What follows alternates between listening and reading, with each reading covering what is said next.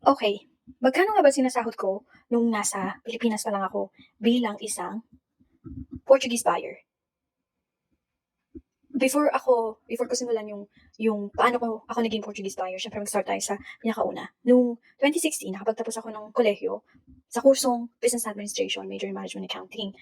And loob ako sa Manila na maghanap ng trabaho. Si mama dati medyo takot siya kasi siyempre Manila yun, malaking siyudad.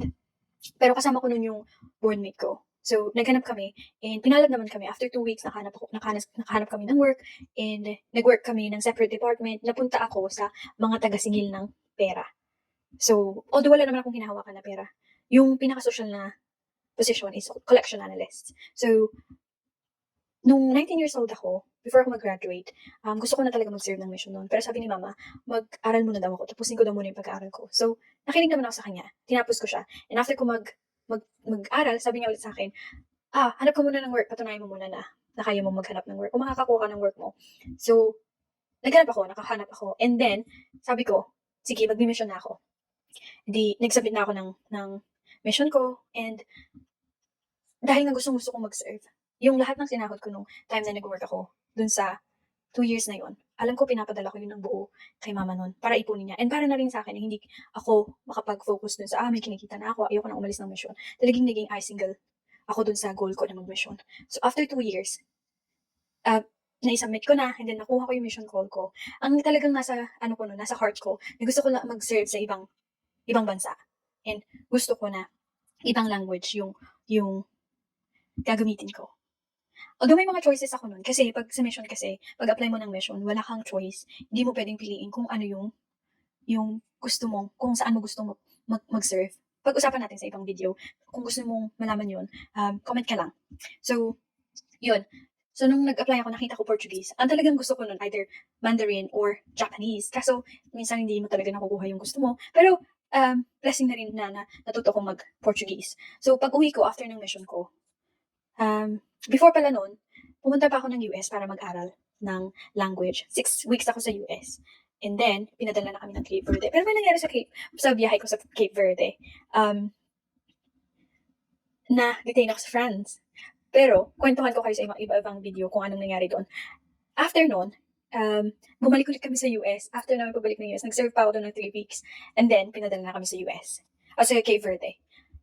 And then, nag-stay ako ng Cape Verde, natuto ako ng language, nakipag-usap ako sa mga tao doon. At tapos ng mission ko, umuwi ako March 2018.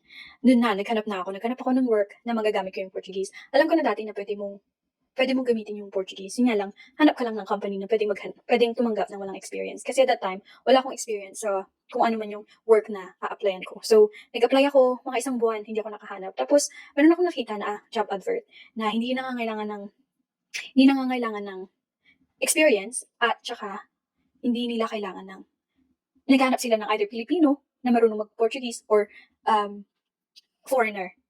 So, nag-apply ako. Medyo at this time, nanghihina na yung loob ko kasi ang dami ko nang in-applyan pero hindi pa ako natatanggap. Pero nag-apply pa rin ako. Ang layo nito noon, nasa QC ako. Tapos yung in-applyan ko, nasa BGC. So, grabe sobrang layo. Tapos, in-interview ako. Yung interview ko, isang Filipino team lead at saka isang foreigner. Yung interview namin, sobrang smooth lang niya, very conversational. At saka, ang galing lang kasi nung Portuguese na interview ko, hindi siya yung parang, hindi siya yung mga terms na ginagamit sa work. Very conversational siya. Tinanong ko ano yung ginawa ko sa mission. Yung mga ganun. And, ang galing kasi, ang sabi sa akin, after na ma-offer yung job sa akin, 4 daw na nag-apply na Brazilian. Ano naman laban ko sa mga Brazilian, diba? Sa pagpo-Portuguese nila. Pero, pinalad ako kasi yung team lead na nag-interview sa akin, sabi niya, ang tinitingnan niya daw yung naging attitude ko, hindi yung kagalingan ko na mag-Portuguese.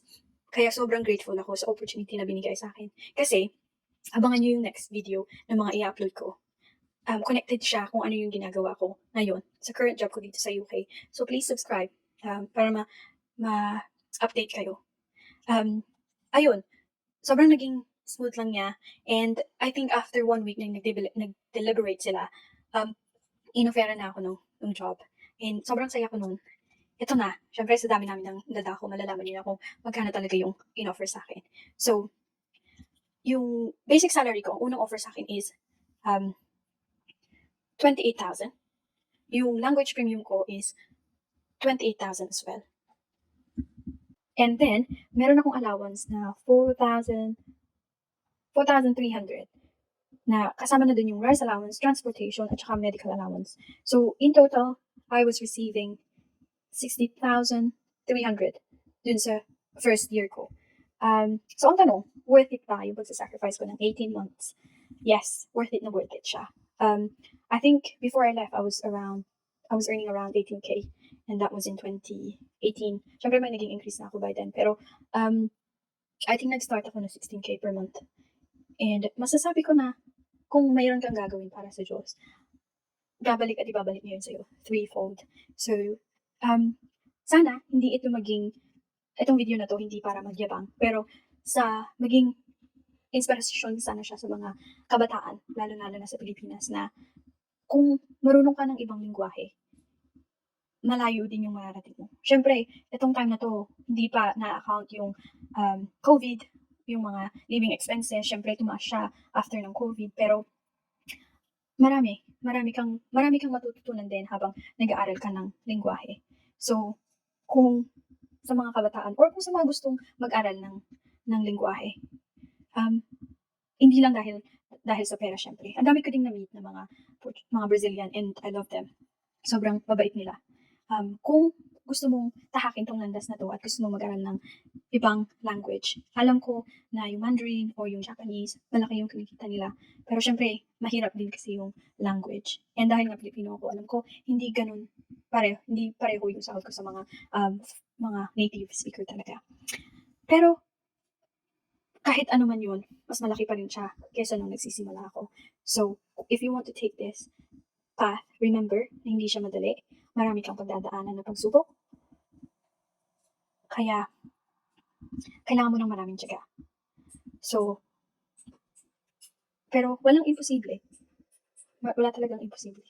Kaya kung gusto mo yung mga video na ganito, please subscribe sa channel ko. Marami pa ako mga i-share na naging experience ko in life, and hopefully, makita nyo ito bilang isang inspirasyon, hindi para magyabang or hindi dahil content lang siya, pero ang purpose ko talaga is para magbigay ng knowledge din or na-share yung experience ko, life experiences ko. So, thank you so much.